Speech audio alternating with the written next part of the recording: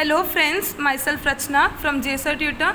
In this video we will be doing class 10th geometry third problem set which is circle. ठीक है, so let's get started. First question, 4 alternative answers for each of the following questions are given for correct alternative. तो यहाँ पे MCQs है, total 10 MCQs है, वो solve करना है और फिर मेन सब क्वेश्चंस आएंगे. ठीक है, सो फर्स्ट क्वेश्चन देख लेते हैं. 2 circles of radii 5.5 cm and 3.3 cm respectively touch each other. ठीक है, तो 2 सर्कल है. फर्स्ट सर्कल का रेडाई है 5.5 एंड सेकेंड सर्कल का रेडाई है 3.3. ये दोनों ही सर्कल क्या कर रहे हैं, एक दूसरे को टच कर रहे हैं. What is the distance between the centre. तो अगर सेंटर्स के बीच में डिस्टेंस कितना है वो जानना है तो हम लोग को सबसे पहले इसका एक डायग्राम ड्रॉ करना पड़ेगा. ठीक है, अब यहाँ पे एक ऐसी चीज़ है जिसको नोट करना चाहिए, वो है कि सर्कल दोनों टच तो हो रहे हैं बट यहाँ पे मेंशन नहीं किया सर्कल कैसे टच हो रहे हैं, इंटरनली या एक्सटर्नली. तो जब मेंशन नहीं किया होगा तब हम लोग दोनों ही अज्यूम करेंगे कि ये दो सर्कल इंटरनली भी टच हो रहे हैं और एक्सटर्नली भी. अगर मेंशन किया होता तो हम लोग या तो इंटरनली लेते या तो एक्सटर्नली, बट अभी के केस में कुछ भी मेंशन नहीं किया विच मीन्स हम लोग को दोनों ही केस लेना पड़ेगा. यहाँ पे मैंने प्रॉब्लम सेट 3 का एक शॉर्ट में क्वेश्चन लिख लिया है. तो हम लोग को क्या बोला था, 2 सर्कल है जिसका रेडियस है 5.5 और दूसरे का है 3.3. तो वो दोनों सर्कल टच कर रहे हैं तो दोनों के सेंटर का डिस्टेंस कितना है. ठीक है, फर्स्ट सर्कल और सेकेंड सर्कल के सेंटर के दोनों के सेंटर के डिस्टेंस कितने हैं. तो अगर 2 सर्कल एक्सटर्नली टच हो रहे हैं तो देखो क्या होगा, अगर 2 सर्कल एक्सटर्नली टच हो रहा है तो क्या करना पड़ेगा हम लोग को. तो ये दोनों का अगर मुझे डिस्टेंस जानना है कि सर्कल O और सर्कल P दोनों के सेंटर का डिस्टेंस कितना है, तो मुझे क्या करना पड़ेगा, सर्कल A का रेडियस और सर्कल B का रेडियस प्लस करना पड़ेगा. ठीक है, अगर मैं सर्कल A और सर्कल O और सर्कल B दोनों के रेडियस को प्लस कर रही हूँ तो मुझे देखो दोनों के सेंटर का डिस्टेंस पता चल रहा है. सेंटर A और सेंटर B दोनों का डिस्टेंस पता चल रहा है मुझे. तो क्या करना पड़ेगा मुझे, 5.5 plus 3.3 which is equals to 8.8. ठीक है, अगर 2 सर्कल एक्सटर्नली टच हो रहे तो मुझे आंसर आएगा दोनों के सेंटर का डिस्टेंस होगा 8.8. ठीक है, 8.8 सेंटीमीटर. अगर 2 सर्कल इंटरनली टच हो रहे हैं, अगर 2 सर्कल इंटरनली टच हो रहे हैं, देखो यहाँ पे ए कितना है, ए 5.5 है, ए 5.5 है. बड़े सर्कल का सेंटर है ए, छोटे सर्कल का सेंटर है बी. तो मुझे डिस्टेंस चाहिए ए और बी के बीच में, डिस्टेंस बिटवीन ए और बी चाहिए क्योंकि मुझे क्या पूछा है, डिस्टेंस बिटवीन द सेंटर्स पूछा है. तो सेंटर ए है, बिग सर्कल के बड़ा सर्कल का सेंटर ए है और छोटा सर्कल का सेंटर बी है. तो मुझे ये दोनों का डिस्टेंस चाहिए. तो मुझे क्या करना पड़ेगा, तो ए और बी का डिस्टेंस देखो क्या है, ये बी, ये पूरा 5.5 है, ये पूरा 5.5 है. अगर मैं ये 5.5 में से बी के रेडियस को हटा दूँ, ये बी का रेडियस है करेक्ट, तो अगर मैं बी का रेडियस हटा दूँ तो मुझे मिल रहा है डिस्टेंस बिटवीन द सेंटर्स. ठीक है, तो बी का रेडियस क्या है, 3.3. तो यहाँ पे मैं 5.5 माइनस 3.3 करूँगी विच इज़ 2.2 सेंटीमीटर. तो यहाँ पे ऑप्शन नंबर जो लास्ट ऑप्शन है, ऑप्शन डी जो है 8.8 और 2.2 मतलब कोई भी हो सकता है, या तो 8.8 सेंटीमीटर या तो 2.2 सेंटीमीटर करेक्ट ऑप्शन है. ठीक है, नेक्स्ट क्वेश्चन, सेकेंड क्वेश्चन है 2 circle intersect each other such that. ठीक है, 2 सर्कल एक दूसरे को इंटरसेक्ट कर रहे such that each circle passes through the centre. तो यहाँ पे क्या बोला है, 2 सर्कल है जो इंटरसेक्ट कर रहे एक दूसरे को सच दैट एक पहले सर्कल का सेंटर, पहले सर्कल पास हो रहा है दूसरे वाले सर्कल के सेंटर से. ये डायग्राम ड्रॉ करने से क्लियर होगा. ठीक है, फिर नेक्स्ट बोला है if the distance between the centre is 12 what is the radius of each circle. ठीक है, ये वाला पहले डायग्राम ड्रॉ करेंगे फिर सॉल्व करेंगे. तो यहाँ पे मैंने सेकंड का क्वेश्चन फिर से लिख लिया है. अब देखो सेकंड का क्वेश्चन जैसे रीड करेंगे वैसे समझेगा. यहाँ पे 2 सर्कल है, यहाँ पे मैंने खुद से नेमिंग दी है और ऐसा बिल्कुल MCQ में ऐसा लिखने की ज़रूरत नहीं है. ठीक है, MCQ में क्वेश्चन रीड करके डायरेक्ट टिक मार्क करना है और ये भी जो भी कॉलम वर्किंग कॉलम है वो सीधा लास्ट पेज में करना है. ठीक है, तो यहाँ पे 2 सर्कल है, मैंने लिया है सर्कल ए और सर्कल बी. सर्कल ए का सेंटर है ओ. ठीक है, सर्कल ए का सेंटर है ओ और सर्कल बी का सेंटर है पी. ठीक है, सर्कल बी का सेंटर है पी और सर्कल ए का सेंटर है ओ. ठीक है, अब यहाँ पे बोला देखो क्या है, 2 circle intersect each other. 2 circle एक दूसरे को इंटरसेक्ट कर रहे सच दैट कि पहला सर्कल जो है ना, ये देखो ये दूसरे सर्कल का सेंटर है और ये पहला सर्कल है. तो पहला सर्कल दूसरे सर्कल के सेंटर से पास हो रहा है. ठीक है, पहला सर्कल दूसरे सर्कल के सेंटर से पास हो रहा है और दूसरा सर्कल पहले सर्कल के सेंटर से पास हो रहा है. ठीक है, यहाँ तक समझा.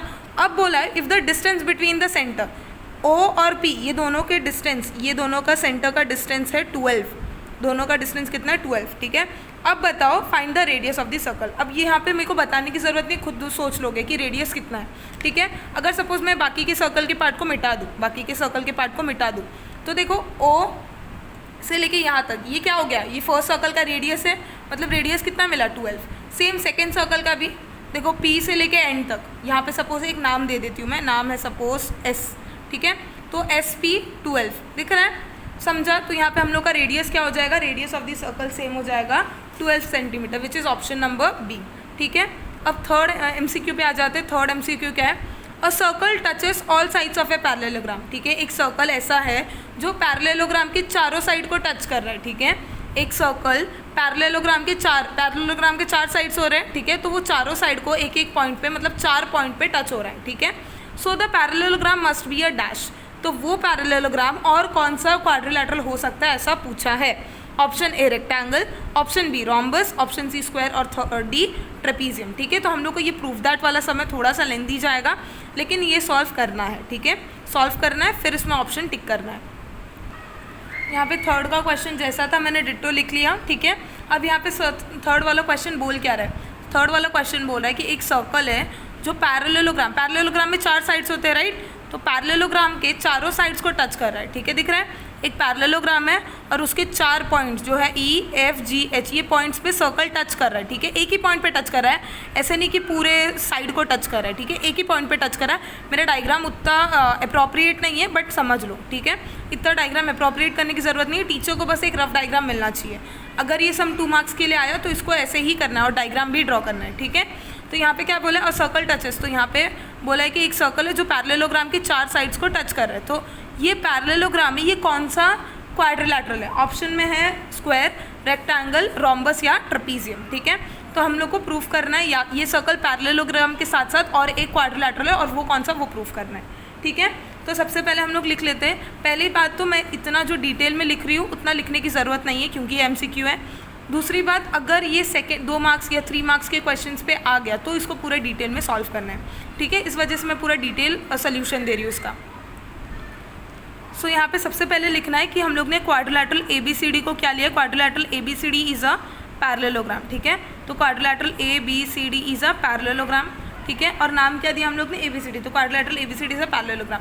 अब लिखेंगे कि AB is equals to CD। देखो AB और CD इक्वल होगा, क्यों, property of parallelogram. Same AD और BC भी इक्वल होगा, AD is equals to BC, क्यों, क्योंकि प्रॉपर्टी ऑफ पैरेललोग्राम। तो इसको इक्वेशन 1, इसको इक्वेशन 2, और दोनों का रीज़न होगा प्रॉपर्टी ऑफ पैरेललोग्राम, ठीक है। पैरेललोग्राम का शॉर्ट फॉर्म है पैरेलल लाइंस और GM लिखना, ठीक है। तो यहाँ पे मेरा फर्स्ट पार्ट कंप्लीट हुआ। सेकेंड अभी स्टार्ट करेंगे। अभी हम लोग ने पढ़ा था एक थियोरम रिसेंटली सर्कल वाले चैप्टर में कि tangents drawn from an external point to the circle are congruent, ठीक है। तो पहले मैं बता दूं कि देखो ये एक लाइन एक्सटर्नल पॉइंट से सर्कल को टच कर रहा है, ठीक है। सर्कल को एक ही पॉइंट पे टच कर रहा है, मैंने बोला था एक ही पॉइंट पे टच हो रहा है, ठीक है। इसको कंफ्यूज नहीं करना है, ये एक ही पॉइंट पे टच हो रहा है। सेम ये भी एक ही पॉइंट पे, ये भी एक पॉइंट पे, ये भी एक पॉइंट पे, मतलब मैं बता सकती हूँ यहाँ पे ये सब टैंजेंट्स है, करेक्ट। ये सब क्या है, टैंजेंट है। ये AB टैंजेंट है, AD टैंजेंट है, DC टैंजेंट है और BC भी टैंजेंट है, करेक्ट। यहाँ तक समझा। अब हम लोग को थियोरम यूज़ करना है, कौन सा वाला, tangents drawn from an external point. अगर टैंजेंट को एक्सटर्नल पॉइंट से ड्रॉ किया सर्कल तक, तो वो 2 टैंजेंट्स क्या होते हैं, कॉन्ग्रुएंट, ठीक है। तो मैं क्या करूँगी, मैं सिर्फ इतने पार्ट को देखूँगी, ठीक है। इतने पार्ट को अगर मैंने देखा, ठीक है, तो मुझे क्या दिख रहा है कि AH और AE ये दोनों टैंजेंट है, ठीक है। मैंने क्या बोला, अगर मैं इतने पार्ट को देख रही हूँ तो मुझे क्या पता चला कि AH और AE दोनों टैंजेंट है, ठीक है, और एक ही एक्सटर्नल पॉइंट से आ रहा है, तो क्या होगा, ये दोनों ही कॉन्ग्रुएंट होगा, करेक्ट। तो यहाँ पे मैं लिख लूँगी कि AE इक्वल्स टू AH, ठीक है, AE is equals to AH। Same बाकी के साथ भी करेंगे। देखो DG is equals to DH, DG is equals to DH, तो यहाँ पे लिख लूँगी DG is equals to DH। Next BE is equals to BF। Same tangent वाला ही थियोरम यूज़ कर रही हूँ मैं कि tangents drawn from an external point to the circle are congruent, ठीक है। सारे देखो एक्सटर्नल पॉइंट से ड्रॉ हो रहे हैं, इसके लिए सेम थियोरम यूज़ कर रही हूँ। तो BE is equals to BF, ठीक है, BE is equals to BF। Next CG is equals to CF। देखो CG का है, CG is equals to CF, ठीक है। अब ये चारों का रीज़न, इसको मैं इक्वेशन 3, ये 4, ये 5 और ये 6, ठीक है। अब ये चारों को मैं रीज़न क्या दूंगी, tangents drawn from an external point, tangents drawn from an external point to the circle are congruent, ठीक है। ये वाला थियरम आर कॉन्ग्रुएंट, ठीक है, समझा। अब मैं क्या करूँगी, इक्वेशन 3, इक्वेशन 4, इक्वेशन 5 और 6, ये जो चारों इक्वेशन है ऐड करूँगी। तो यहाँ पे लिखेंगे एडिंग इक्वेशन 3, 4, 5 एंड 6, ठीक है। तो चारों इक्वेशन को ऐड करना। अब इक्वेशन ऐड कैसे होंगे, लेफ्ट हैंड साइड पूरा ऐड होगा, फिर राइट हैंड साइड। तो ये ऐसा लिखेंगे, AE plus DG plus BE plus CG, ठीक है, ऐसे लिख लेंगे। Next left hand side add हो गया, अब राइट हैंड साइड ऐड कर लेते हैं। AH plus DH equals to AH plus DH plus BF plus CF, ठीक है। अब ज़रा ऐड करके देखते हैं। देखो मैं AE और BE को साथ में ले रही हूँ, ये जो लास्ट वाले लेटर्स के वालों को साथ में ले रही हूँ, AE प्लस BE, ठीक है। AE प्लस BE बनता है AB, ठीक है, AE प्लस BE बनता है AB। तो यहाँ पे मैं AE प्लस BE के बदले लिखूँगी AB, ठीक है। सेम DG प्लस CG, देखो DG प्लस CG ये दोनों बनता है CD, ये दोनों को मिलाऊंगी तो बनता है प्लस CD, ठीक है। ये और ये टीम बन गए, ये और ये, ठीक है। AE प्लस BE बन गया AB, DG प्लस CG बन गया CD, ठीक है। अब राइट साइड देख लेते हैं, AH plus DH, AH plus DH, ये AH प्लस DH बन गया AD, ठीक है। तो यहाँ पे लिख लूँगी मैं AD, ठीक है। BF प्लस CF क्या बन रहा है, BF प्लस CF बन रहा है BC, ठीक है, प्लस BC, ठीक है। नेक्स्ट यहाँ पे हम लोग को मिल गया AB plus CD equals to AD plus BC। अब देखो हम लोग ज़रा क्या देखेंगे, इक्वेशन 1 पे आते हैं। इक्वेशन 1 बोल रहा है कि AB और CD दोनों इक्वल है, AB और CD दोनों इक्वल है। तो AB CD के बदले मैं AB लिख सकती हूँ, मैंने बोला कि AB और CD दोनों इक्वल है, ठीक है। तो मैं क्या CD के बदले AB लिख सकती हूँ, CD के बदले मैंने अगर AB लिखा तो चलेगा, ठीक है। तो यहाँ पे मैं AB वैसे का वैसा और CD के बदले क्या लिख रही हूँ AB, ठीक है। सेम यहाँ पे भी देखो, यहाँ पे दिया है कि AD और BC दोनों इक्वल है, AD और BC दोनों इक्वल है। तो मैं AD के जगह पे BC लिख रही हूँ, चलेगा, ठीक है। और यहाँ पे रीज़न देना है फ्रॉम इक्वेशन 1 एंड 2, ठीक है, रीज़न देना है। AB प्लस AB 2AB हो गया, 2AB इक्वल्स टू 2BC, ठीक है। अब 2 कैंसिल हो गया तो बचा क्या, AB इक्वल्स टू BC। इसको इक्वेशन नंबर 7 दे देंगे, ठीक है, इसको इक्वेशन नंबर 7।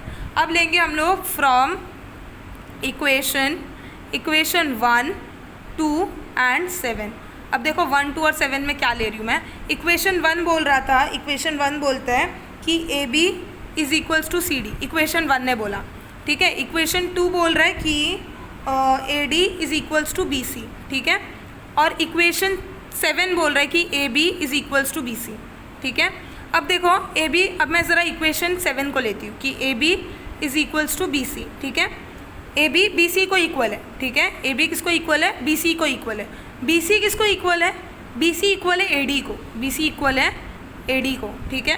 फिर से आते हैं, AD इक्वल है BC को, BC इक्वल है AB को और AB इक्वल है CD को, ठीक है। तो यहाँ पे मैं CD लिख लूँगी, ठीक है। मतलब चारों क्या है, AB CD को इक्वल है। अगर AB CD को इक्वल हुआ, देखो AB CD को इक्वल है और AB BC को भी इक्वल है, तो ये तीनों आ गए। फिर AD BC को इक्वल है, इस वजह से हम लोग को ये इक्वेशन मिला, ठीक है।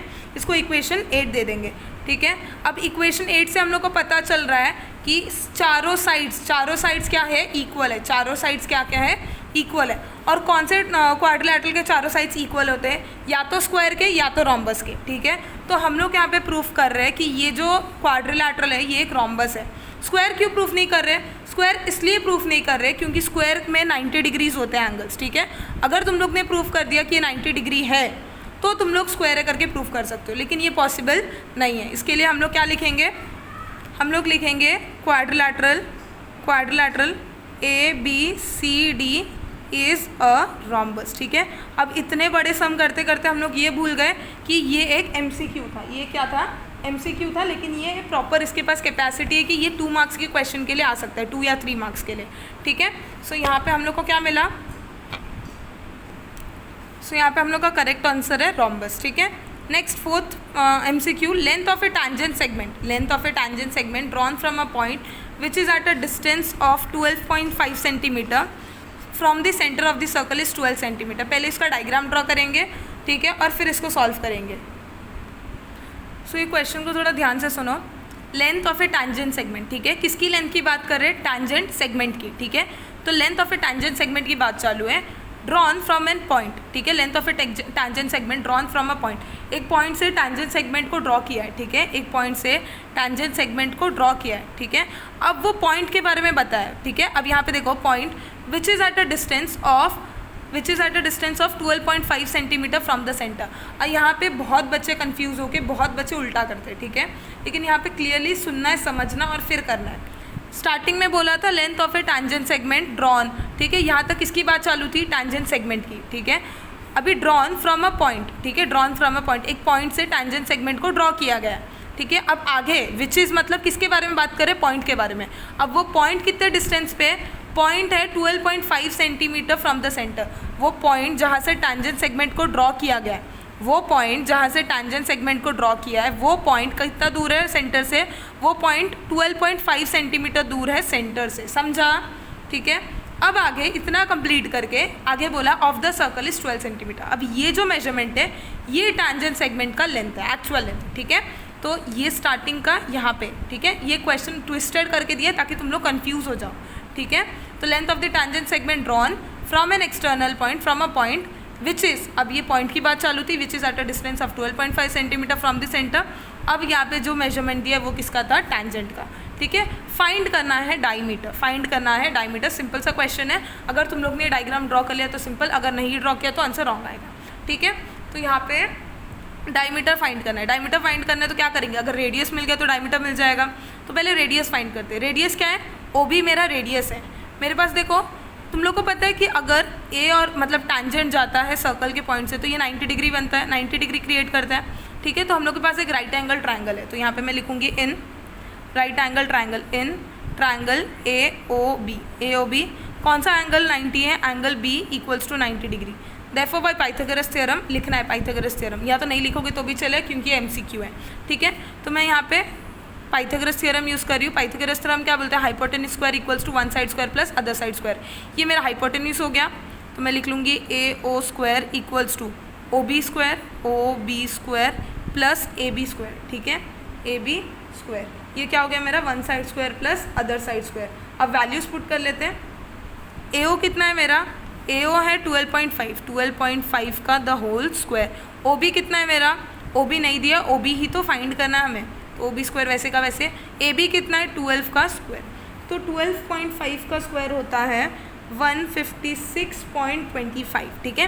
तुम लोग मल्टीप्लाई करके देख सकते हो, वही आएगा 156.25 इक्वल्स टू OB स्क्वायर क्या है मेरा? वही का वही प्लस 12 का स्क्वायर 144। अब 144 वो साइड पे जाएगा तो ये बन जाएगा 156.25 minus 144 equals to OB square, ठीक है, समझा। ये दोनों का अगर मैंने माइनस किया तो मुझे मिलेगा 12.25, ठीक है, 12.25 इक्वल्स टू OB स्क्वायर, ठीक है। अब मुझे क्या चाहिए? OB चाहिए, ना कि OB स्क्वायर। तो ये स्क्वायर वो साइड पे चला जाएगा तो ये हो जाएगा root 12.25 equals to OB, correct, ठीक है। इसका अगर मैंने स्क्वायर रूट निकाला तो मुझे मिलेगा 3.5। तो OB कितना मिला मुझे? मुझे OB मिला 3.5। मुझे क्या चाहिए? OB मेरा रेडियस है, मुझे चाहिए डायमीटर, ठीक है। सपोज मैंने यहाँ पे डायमीटर ड्रॉ कर लिया, ठीक है, ये पॉइंट सेंटर था, डायमीटर ये है Q, तो मुझे BQ चाहिए, ठीक है, मुझे BQ चाहिए। तो OB प्लस OQ दोनों रेडियस को 2 बार मल्टीप्लाई करूँगी, ठीक है, तो यहाँ पे इंटू 2 कर लूँगी, तो radius into 2 equals to diameter, correct. तो यहाँ पे इतना सब लिखने की ज़रूरत नहीं है, बट इवन तो मैं बस बता रही हूँ। 3.5 इंटू 2 इक्वल्स टू 7, ठीक है। तो मुझे 7 सेंटीमीटर जो है मेरा option number C correct option है, ठीक है। यहाँ पे हम लोग ने फोर्थ वाला MCQ कंप्लीट कर लिया। नेक्स्ट फिफ्थ क्वेश्चन देख लो क्या है। If 2 circles are touching externally, ठीक है, 2 सर्कल कैसे टच हो रहे हैं? 2 सर्कल एक्सटर्नली टच हो रहे हैं, तो उसमें कितने कॉमन टैंजेंट्स आएंगे? दोनों के बीच में कितने कॉमन टैंजेंट्स ड्रॉ हो सकते हैं? Option A 1, option B 2, option C 3 और ऑप्शन D 4। तो यहाँ पे देखो मैंने ड्रॉ कर लिया है 2 टैंजेंट्स, 2 सर्कल जो एक्सटर्नली टच हो रहे हैं। तो यहाँ पे कितने टैंजेंट्स दोनों में कॉमन है? देखो पहला टैंजेंट जो दोनों में कॉमन है, दूसरा टैंजेंट और तीसरा टैंजेंट, 3 टैंजेंट्स ही बना सकते हैं 2 सर्कल्स के बीच में, ठीक है। तो ऑप्शन नंबर सी क्या होगा, करेक्ट ऑप्शन। यहाँ पे 5th MCQ कंप्लीट हो गया। 6th MCQ, angle ACB is inscribed in arc ACB, ठीक है।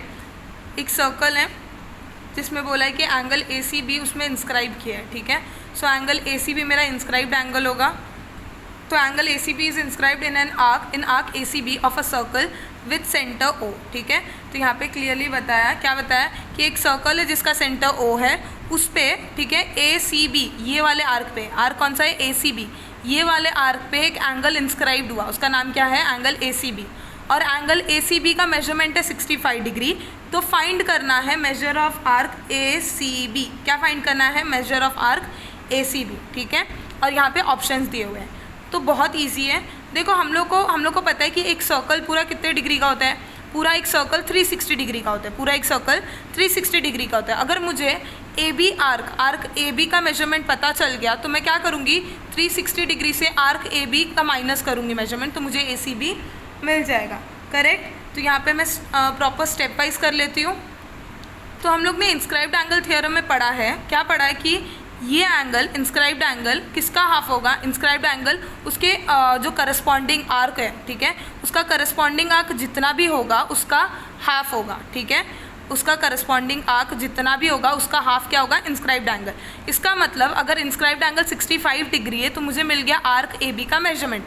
आर्क AB का मेजरमेंट इसका डबल होगा, आर्क AB का मेजरमेंट होगा 130, ठीक है। तो यही लिख लेते हैं कि बाय, यहाँ पे मैं डायरेक्ट पूरा थ्योरम नहीं लिख रही, मैं डायरेक्ट लिख रही by inscribed angle theorem, by inscribed angle theorem. Inscribed angle theorem में क्या था कि angle, measure of angle ACB, measure of angle measure of arc ACB, ठीक है, measure of angle ACB is equals to half of measure of arc AB, ठीक है। AB का arc जितना भी है उसका आधा कौन होगा, उसका आधा एंगल होगा, ठीक है। ये आर्क जितना भी है उसका आधा एंगल ACB होगा, ठीक है। तो एंगल, मेजर एंगल ACB कितना है, 65 डिग्री, 65, तो ये 2 वहाँ पे मल्टीप्लाई हो जाएगा, equals to measure arc AB, ठीक है, करेक्ट। 65 इंटू 2 130 डिग्री, तो मुझे आर्क कितना मिल गया, major of arc arc AB मिला मुझे 130 डिग्री, आर्क AB मिला मुझे 130 डिग्री। अब देखो ये पूरा सर्कल किससे बना है, पहला तो आर्क ACB से और दूसरा आर्क AB से, तो मैं उसको लिखूँगी आर्क, ठीक है, measure of arc AB plus major of arc ACB, ठीक है, इक्वल्स टू 360 डिग्री, करेक्ट। क्योंकि देखो पहले तो आर्क AB और फिर ACB, ये दोनों को ऐड करके मुझे 360 डिग्री मिल जाना चाहिए। मेरे पास AB है, मेरे पास आर्क AB है, कितना है, 130 डिग्री, ठीक है। तो यहाँ पे मैं मेजर पुट कर देती हूँ और ये वैसे का वैसा आर्क ACB, ठीक है, इक्वल्स टू 360। अब क्या होगा, अब 130 वो साइड पे जाएगा तो हो जाएगा measure of arc ACB equals to 360 minus 130, ठीक है, 360 माइनस 130 हो जाएगा 230 डिग्री, ठीक है, समझा। इजी क्वेश्चन था, बिल्कुल टफ नहीं था। हम लोग को फाइंड करना था आर्क ACB और हम लोग को आर्क ACB मिल गया। तो measure of arc ACB is equals to 230 degree, option number D.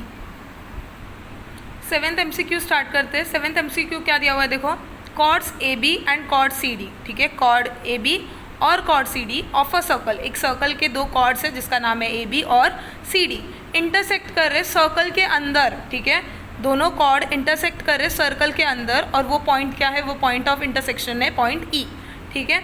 अब AE का मेजरमेंट दिया है, EB का मेजरमेंट दिया है, CE का मेजरमेंट दिया है और ED का मेजरमेंट फाइंड करना है, ठीक है।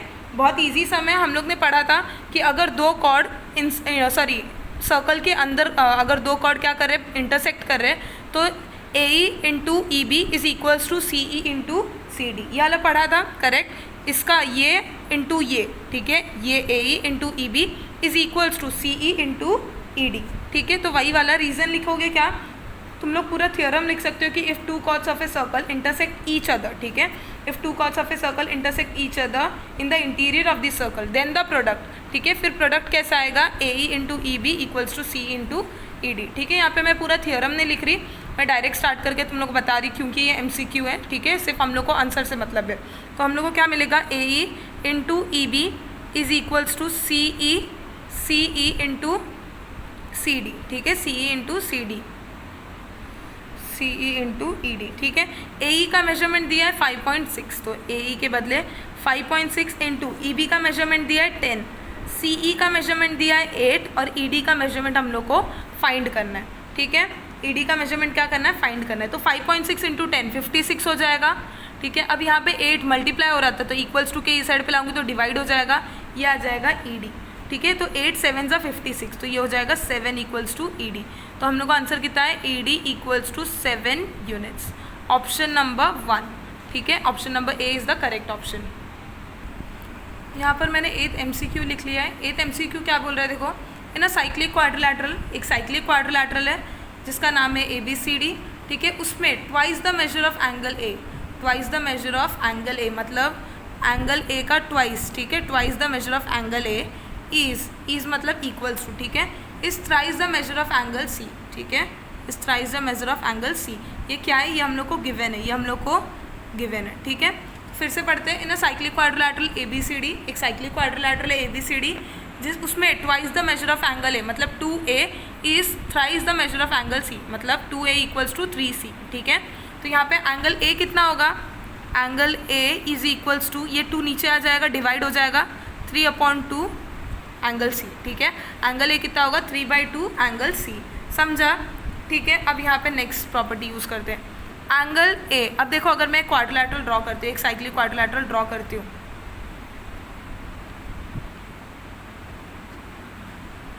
यहाँ पे देखो मैंने एक साइक्लिक क्वाड्रिलैटरल ड्रॉ कर लिया जिसका नाम है ABCD, ठीक है। तो अगर मैंने ड्रॉ किया कोई भी क्वाड्रिलैटरल, कोई भी ऑर्डर में मैंने अगर नाम दिया तो भी मुझे A और C क्या मिलेंगे, अपोजिट एंगल्स, ठीक है। तो मैं क्या लिख सकती हूँ, angle A plus angle C is equals to 180 degree, correct. Angle A plus angle C is equals to 180 degree, क्यों, क्योंकि opposite angle, sum of opposite angles, तो angle A plus angle C 180 degree क्यों होगा, क्योंकि according to cyclic quadrilateral property opposite angles के sum supplementary होते हैं, ठीक है। Sum of opposite angles are supplementary, तो angle A plus angle C मुझे 180 डिग्री देगा। अब मेरे पास एंगल A है, एंगल A कितना है, 3/2 एंगल C, ठीक है। तो यहाँ पे मैं लिख लूँगी 3/2 angle C plus angle C equals to 180 degree, ठीक है। यहाँ तक समझा। अब देखो, अब यहाँ पे एंगल C और एंगल C दोनों क्या हो रहे हैं, प्लस हो रहे हैं, ठीक है। एंगल C और एंगल C प्लस हो रहे हैं, लेकिन यहाँ पे देखो प्लस होगा नहीं क्योंकि ये 3/2 है और यहाँ पे सिर्फ एंगल C है, सिर्फ एंगल C मतलब सपोज 1 एंगल C है, ठीक है। तो यहाँ पे हम लोग को LCM लेना पड़ेगा, तो ये 2 वहाँ पे जाएगा, तो ये हो जाएगा 3 + 2/2 angle C equals to 180 degree. तो 3 + 2 हो जाएगा 5/2 angle C equals to 180 degree, ठीक है। अब ये 2 वो साइड पे जाएगा तो मल्टीप्लाई होगा, तो एंगल C इक्वल्स टू 180 × 2 और ये डिवाइड होगा, ठीक है। तो 180 × 2 डिवाइडेड बाय 5 अगर हम लोग करते हैं तो हम लोग को मिलेगा 72 डिग्री, ठीक है। तो एंगल C कितना मिला मुझे, 72 डिग्री। हम लोग को क्या फाइंड करना था, एंगल C, तो मुझे मिल गया angle C 72 degree, which is option number B. 9th MCQ पे आते हैं। 9th MCQ, point ABC are on a circle, ठीक है। एक सर्कल पे पॉइंट A, B और C है, ठीक है। Such that measure of arc AB, इस तरह से कि आर्क AB, ठीक है, आर्क AB और BC, आर्क AB और BC ये दोनों आर्क इक्वल है, मतलब ये वाला आर्क और ये वाला आर्क, दोनों आर्क क्या है, इक्वल है, ठीक है। और दोनों का मेजरमेंट है 120 डिग्री, मतलब ये आर्क 120 डिग्री है और ये आर्क भी कितना है, 120 डिग्री। तो तुम लोग समझ जाओगे कि AC कितना होगा, AC भी 120 डिग्री ही होगा, ठीक है।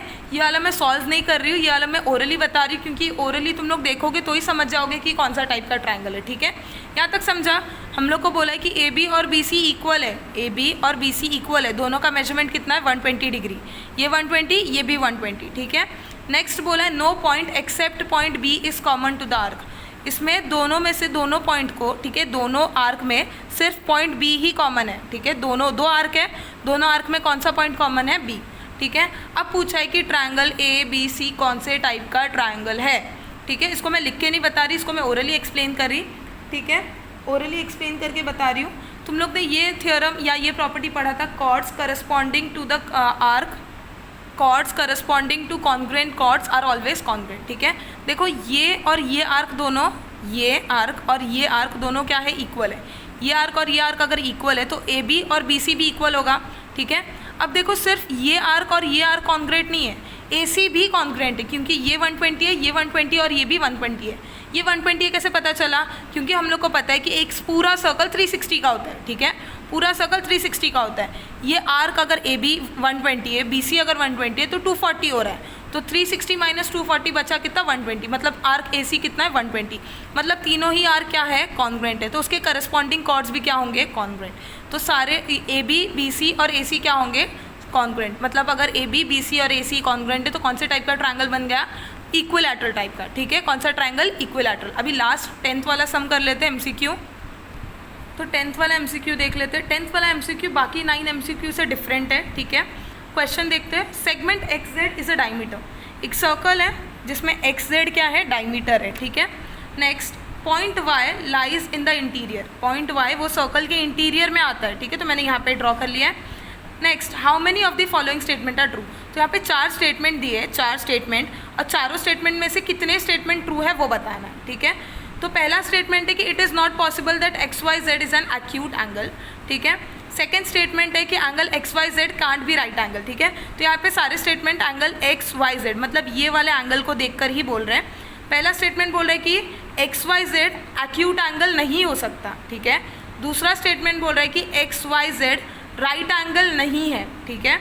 तीसरा स्टेटमेंट बोल रहा है कि एक्स वाई जेड एक ऑब्ट्यूज एंगल है, और चौथा स्टेटमेंट बोल रहा है कि कोई एक प्रॉपर स्टेटमेंट नहीं दे सकते कि एक्स वाई जेड इतना एंगल है, ठीक है। तो सबसे पहले तो ये वाला जो स्टेटमेंट है ये करेक्ट है, ठीक है, क्योंकि एक्स वाई जेड इसका कोई प्रॉपर तुम लोग वो नहीं दे सकते हो कितना मेजरमेंट है इसका, ठीक है। तो एक करेक्ट स्टेटमेंट है, 4 स्टेटमेंट में से एक स्टेटमेंट करेक्ट है, ठीक है। अब नेक्स्ट की तरफ घूमते हैं। देखो अब मैंने यहाँ पे एक एक्स्ट्रा एक पॉइंट ड्रॉ किया है जिसका नाम है पॉइंट पी। मैं सारी चीज़ें लिख के नहीं बता रही, आधी चीज़ें शो कर रही हूँ, ठीक है। अब एंगल पी क्या है, ये जो angle x P Z, angle x P Z, ये सेमी सर्कल पे ड्रॉ किया है, देखो आधा सर्कल दिख रहा है, आधा सर्कल, आधे सर्कल पे ड्रॉ हुआ है। तो जो एंगल हाफ सेमी सर्कल पे ड्रॉ होता है वो एंगल 90 डिग्री बनता है, वो एंगल क्या बनता है, 90 डिग्री, ठीक है। तो एंगल एक्स पी जेड कितना है, 90 डिग्री। रीज़न क्या है, angle drawn in a semicircle are always right angle, ठीक है, हमेशा क्या होते हैं वो 90 डिग्री के होते हैं। तो अगर ये 90 डिग्री है तो ये 90 डिग्री नहीं होगा, करेक्ट, ये 90 डिग्री है अगर, तो ये 90 डिग्री नहीं होगा। तो इससे हम लोग को एक और स्टेटमेंट की तरफ जाते हैं जो है first statement, it is not second statement कि X Y Z is can't be right angle, ठीक है।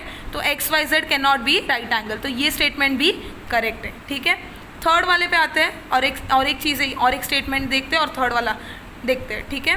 तो यहाँ पे देखते हैं ये एंगल एक्स वाई जेड, ठीक है। अभी सपोज हम लोग ट्रायंगल लेते हैं in triangle Y P Z, Y P Z. अगर मैं वाई पी जेड को देखूँ, ठीक है, Y P Z, angle Z Y X या angle X Y Z is greater than angle Y P Z. अब यहाँ पे इसका मतलब क्या बताती हूँ, angle X Y Z is greater than angle Y P Z, मतलब इससे ये एंगल ग्रेटर है। क्यों, क्योंकि कभी भी एक ट्रायंगल, देखो वाई पी जेड एक ट्रायंगल फॉर्म हो रहा है, वाई पी जेड क्या फॉर्म हो रहा है, एक ट्रायंगल। तो एक ट्रायंगल का जो एक्सटीरियर एंगल है उससे बड़ा ही होता है, ठीक है। एक ट्रायंगल का जो एंगल होता है उससे बड़ा क्या होता है, उसका एक्सटीरियर एंगल। तो ये क्या है, एक्स वाई जेड, ये एक्सटीरियर एंगल है, ये वाई पी जेड का एक्सटीरियर एंगल है, तो ये ऑफकोर्स बड़ा होगा, ठीक है। तो यहाँ पे हम लोग को क्या पता चल रहा है कि एंगल वाई पी जेड कितना है, 90 डिग्री, ठीक है। तो 90 डिग्री से ज़्यादा कौन है, एंगल एक्स वाई जेड, ठीक है। 90 डिग्री से ज़्यादा है तो हम लोग क्या बोलते हैं, ऑब्ट्यूज एंगल, ठीक है। तो first second statement, third statement और फोर्थ स्टेटमेंट राइट है। और फर्स्ट स्टेटमेंट बोल रहा है कि it is not possible that X Y Z is an acute angle, इसका कोई भी प्रूफ हम लोग को नहीं मिला। तो हम लोग को यहाँ पे कितने स्टेटमेंट राइट मिले, 3, तो option number C is the correct option, ठीक है। तो यहाँ पे हम लोग ने पूरा प्रॉब्लम सेट के 10 MCQs कंप्लीट किए।